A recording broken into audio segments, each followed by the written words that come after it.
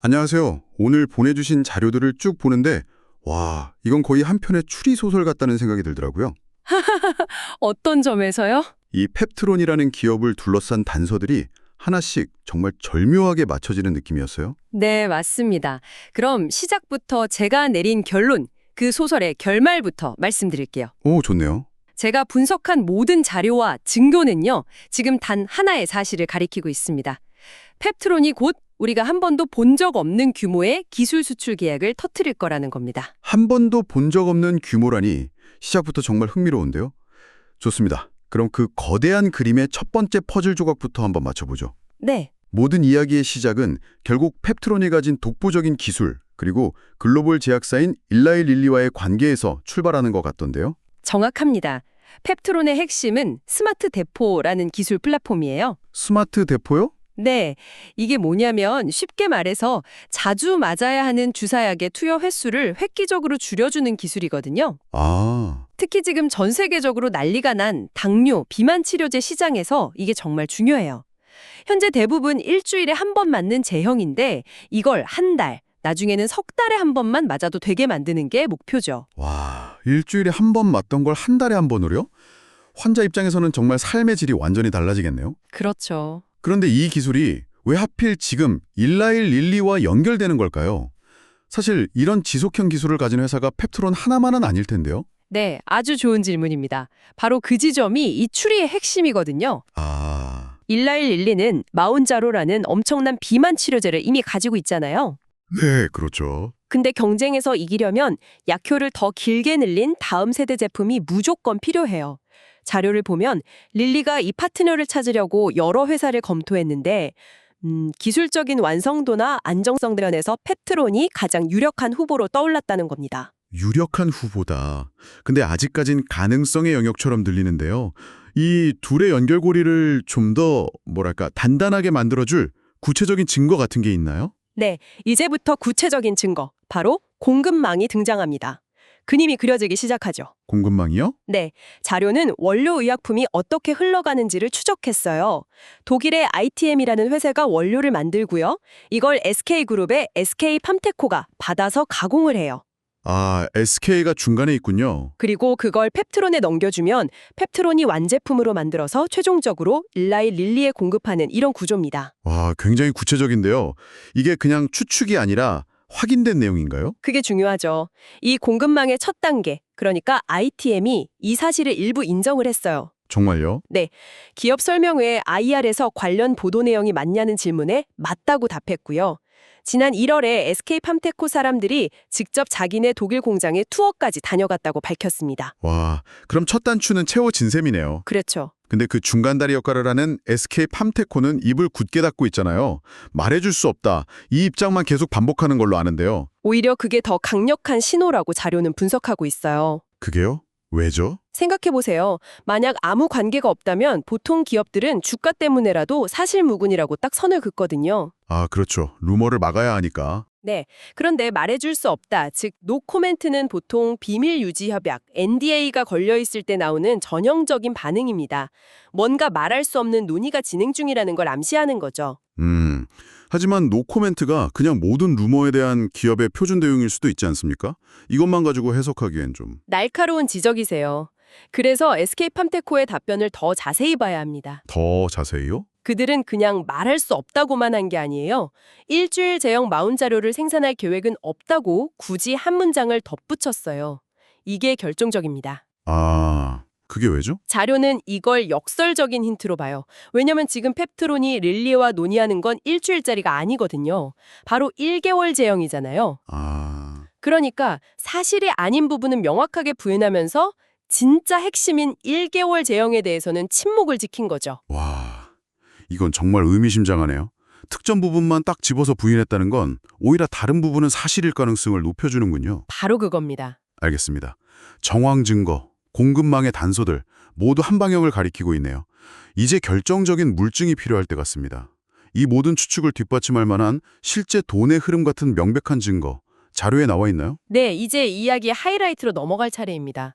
최근 펩트론의 공시 내용에 모든 답이 들어있습니다. 공시요? 네, 여기서부터는 숫자에 한번 집중해 보시죠. 좋습니다. 어떤 숫자죠? 첫째, 펩트론이 오송에 짓고 있는 신공장 투자금을요, 원래 650억이었는데 890억으로 늘렸어요.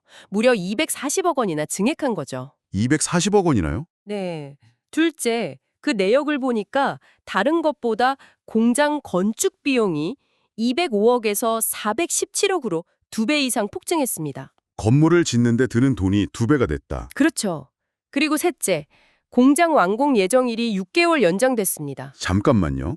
투자금이 늘고 공장이 커지는 건 좋은 소식 같은데 완공이 6개월이나 늦춰진다는 건 좀 걸리네요. 이거 혹시 계획에 차질이 생겼다는 좀 부정적인 신호 아닐까요? 바로 그 지점에서 대부분이 함정에 빠질 수 있어요. 하지만 자료는 이걸 단순 지연이 아니라 규모 확대, 즉 스케일업으로 분석합니다. 스케일업이요? 네, 만약 그냥 공사가 늦어져서 비용이 는 거라면 인건비나 자재비 정도가 올랐을 거예요. 근데 건축 비용 자체가 2배가 뛰었다는 건 이건 건물의 설계 자체가 바뀌었거나 생산 라인이 추가되는 식으로 프로젝트의 판 자체가 커졌다는 의미입니다. 아, 판 자체가 커졌다. 기존 계획에 없던 뭔가가 더해졌다는 거군요. 맞습니다. 이 분석은 하나증권의 김선아 연구원 리포트와도 정확히 일치하는데요. 네. 원래는 일라이릴리의 터제파타이드라는 물질 하나만 가지고 테스트를 했는데 여기서 데이터가 너무 좋게 나온 거예요. 아, 그러자 릴리 쪽에서 이 기술 이렇게 좋으면 우리가 개발 중인 다른 신약 후보 물질도 이걸로 한번 해봅시다. 이렇게 추가 제안을 했을 가능성이 높다는 거죠. 예를 들면 근육 손실을 막아주는 차세대 비만 치료제 같은 거요. 그래서 추가 물질 생산 라인까지 이번에 같이 짓기로 하면서 전체 규모가 커지고 시간도 더 필요하게 됐다. 정말 합리적인 추론이네요. 그렇죠. 그런데 한 가지 의문이 남습니다. 갑자기 드러난 그 투자금 240억 원. 이건 대체 어디서 나온 돈일까요? 여기서 이 추리소설에 가장 소름돋는 간전이 나옵니다. 네. 이 돈은 갑자기 나타난 게 아닙니다. 이미 준비되어 있었어요. 자료를 보면 펩트론이 지난 8월 5일에 약 241억 원 규모의 교환사채 CB를 발행했습니다. 241억 원이요? 잠깐만요. 그럼 이번에 늘어난 시설 투자금 240억 원이랑 거의 정확하게 일치하는 금액이잖아요. 바로 그겁니다. 이건 우연이라고 보기엔 너무나도 정확한 숫자죠. 와, 이 자금의 흐름이 뭘 의미하겠어요? 펩트론은 이미 지난 8월부터 대규모 시설 확장이 필요할 거라는 걸 알고 있었고 이걸 위해 미리 자금을 확보해뒀다는 강력한 증거가 되는 겁니다. 야, 이건 정말 빼도 박도 못하는 증거처럼 들리네요. 모든 조각이 딱 맞춰지는 느낌입니다. 네, 제가 이렇게까지 자료를 열심히 준비한 만큼 이 내용을 듣고 계신 분들은 좋아요만이라도 한번 눌러주시면 정말 감사하겠습니다. 부탁드립니다. 좋습니다. 그럼 지금까지 나온 단서들을 전부 종합해보면 우린 어떤 결론에 도달하게 되나요? 앞으로 어떤 미래를 예상해 볼 수 있을까요? 이 기술 수출 계약이 공식 발표된다면 자료의 표현을 그대로 빌리자면 한국 바이오 역사상 한 번도 보지 못한 라이센스 아웃이 될 겁니다. 그 정도인가요? 네, 그리고 그 파급력은 펩트론 한 기업에 그치지 않을 거고요. 지금 시장에 거대한 대기 자본이 이 순간을 기다리고 있다는 점을 주목해야 합니다. 대기 자본이라면 구체적으로 어떤 돈을 말씀하시는 거죠? 기관 투자자들인가요? 네, 맞습니다. 지금 대부분의 국내 바이오 ETF나 펀드 상품들을 보면요. 펩트론을 거의 담고 있지 않아요.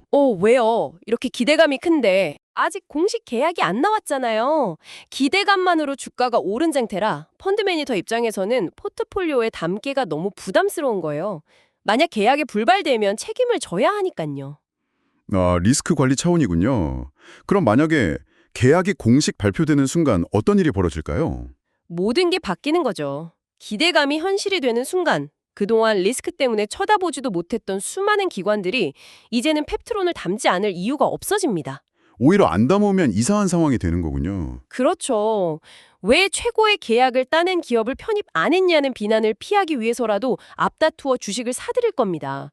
그동안 억눌려 있던 막대한 자본이 한꺼번에 유입되면서 상상 이상의 주가 재평가가 이루어질 수 있다고 자료는 보고 있습니다. 이야, 한 기업을 넘어서 한국 바이오 산업 전체의 위상을 바꿀 수도 있는 사건이 되겠네요. 맞습니다.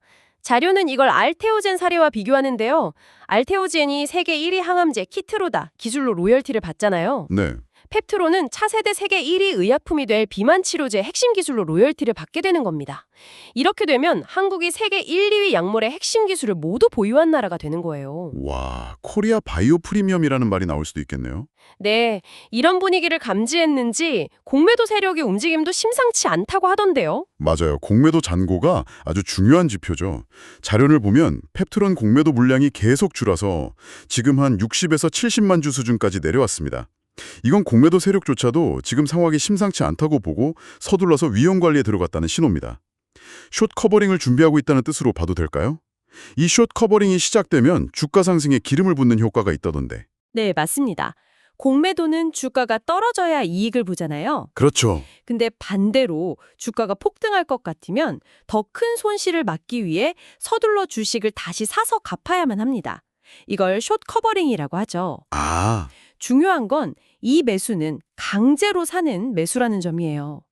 일반 투자자들의 매수세에 이 강제 매수까지 더해지면서 정말 불에 기름을 붓는 것처럼 주가 상승세가 폭발적으로 커질 수 있는 겁니다. 알겠습니다. 모든 긍정적인 신호들이 정말 하나의 거대한 폭풍을 예고하는 것 같습니다.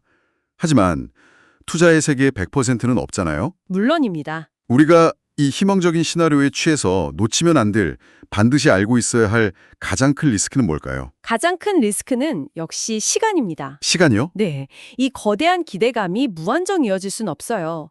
자료는 여러 정황을 종합해 볼 때 늦어도 올해 9월 이전에는 계약 관련 소식이 나올 거라고 예측합니다. 9월이요? 왜 하필 9월이죠? 공장 가동 시점이나 제품 출시 계획을 역으로 계산해 보면 그 시기를 넘기면 상업적으로 의미 있는 일정을 맞추기가 어려워지기 때문이에요. 아, 9월이 일종의 데드라인이군요. 만약 그때까지 아무 소식이 없다면 어떻게 될까요? 만약 9월까지 아무런 공식 발표가 없다면 시장은 이 계약이 무산됐거나 뭔가 큰 문제가 생겼을 가능성을 아주 높게 볼 겁니다.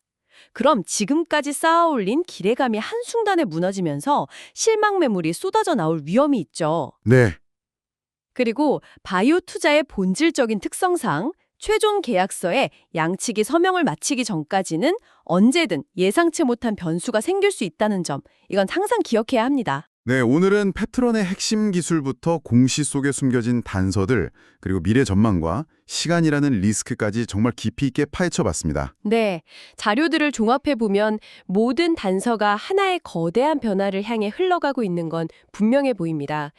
이제 이 정보들을 바탕으로 각자 신중한 판단을 내려야 할 시간이 된 것 같네요. 오늘 저희는 펩트론과 일라일리의 가능성에 대해 집중적으로 살펴봤습니다.